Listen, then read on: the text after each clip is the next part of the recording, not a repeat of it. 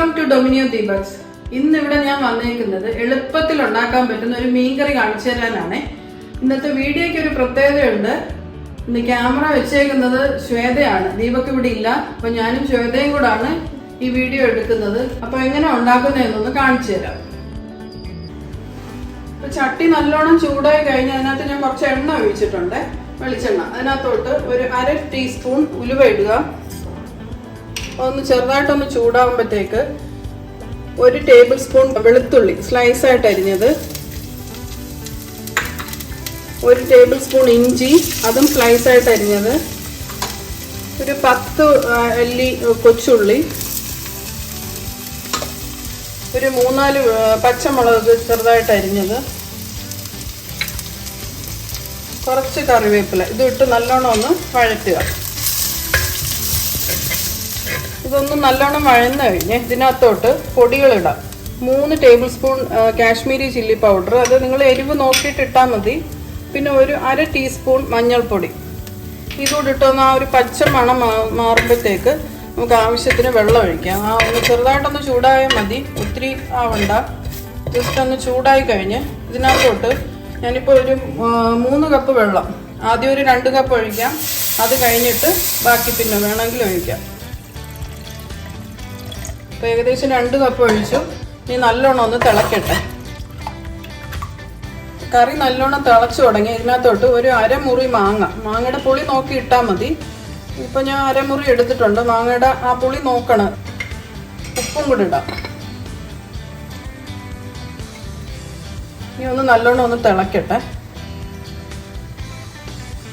ഇപ്പം മാങ്ങയും കൂടി ഇട്ട് നല്ലോണം തിളച്ച് കഴിഞ്ഞ് ഇതിനകത്തോട്ട് ഒരു 250 ഗ്രാം വരും ഈ നെയ്മീനാണ് ഇടുന്നത്. ചെറിയ പീസായിട്ട്, ഒത്തിരി വലുതിടണ്ട.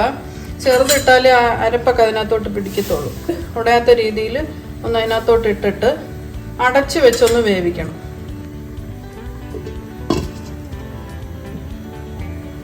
ഇപ്പം തിളച്ചുകൊണ്ടിരിക്കുകയാണ്. നമുക്ക് അടപ്പൊന്ന് മാറ്റി നോക്കാം. ഇത് നല്ലോണം തിളച്ച് കഴിഞ്ഞ് ഇനി അധികം ഉടയ്ക്കരുത്, ചെറുതായിട്ടൊന്ന് നീക്കി കൊടുക്കുക. ഇതിനകത്തോട്ട് ഒരു 1/2 മുറി തേങ്ങയുടെ തേങ്ങാപ്പാല്,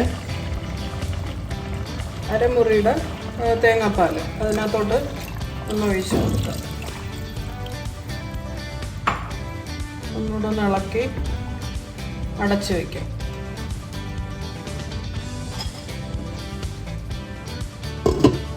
ഇപ്പോൾ തേങ്ങാപ്പാൽ ഒഴിച്ച് കഴിഞ്ഞാൽ അധികം തിളക്കണ്ട, ഒന്ന് ജസ്റ്റ് ഒന്ന് തിളച്ച് വരുവാണ്. അപ്പോഴത്തേക്ക് നമുക്ക് തീ ഓഫ് ചെയ്യാം. ഒത്തിരി ഇട്ട് തിളപ്പിക്കണ്ട. ആ സമയത്ത് നമുക്ക് അതിനുള്ള കടുക് വറുക്കാം. ഇപ്പുറത്ത് ഞാനൊരു പാനിൽ കുറച്ച് എണ്ണ ഒഴിച്ച് വെച്ചിട്ടുണ്ട്.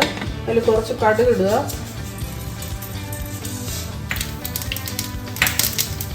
കടുക് പൊട്ടി കഴിഞ്ഞ് ഒരു 2-3 അല്ലി കൊച്ചുള്ളി, കുറച്ച് 1-2 അല്ലി വെളുത്തുള്ളി, ഒരു 3 വറ്റൽമുളക്, കുറച്ച് കറിവേപ്പില.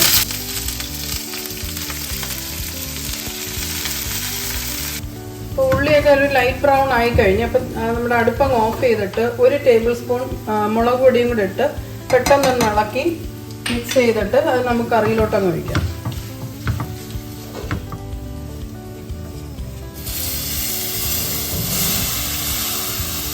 ഇതിന് ലാസ്റ്റിൽ വേണമെന്നുണ്ടെങ്കിൽ നമുക്ക് കുരുമുളക് പൊടി കുറച്ച് ഇടാം. ഇതിപ്പം മുളക് ആവശ്യത്തിനുള്ളത് കൊണ്ട് ഞാൻ ഇടുന്നില്ല.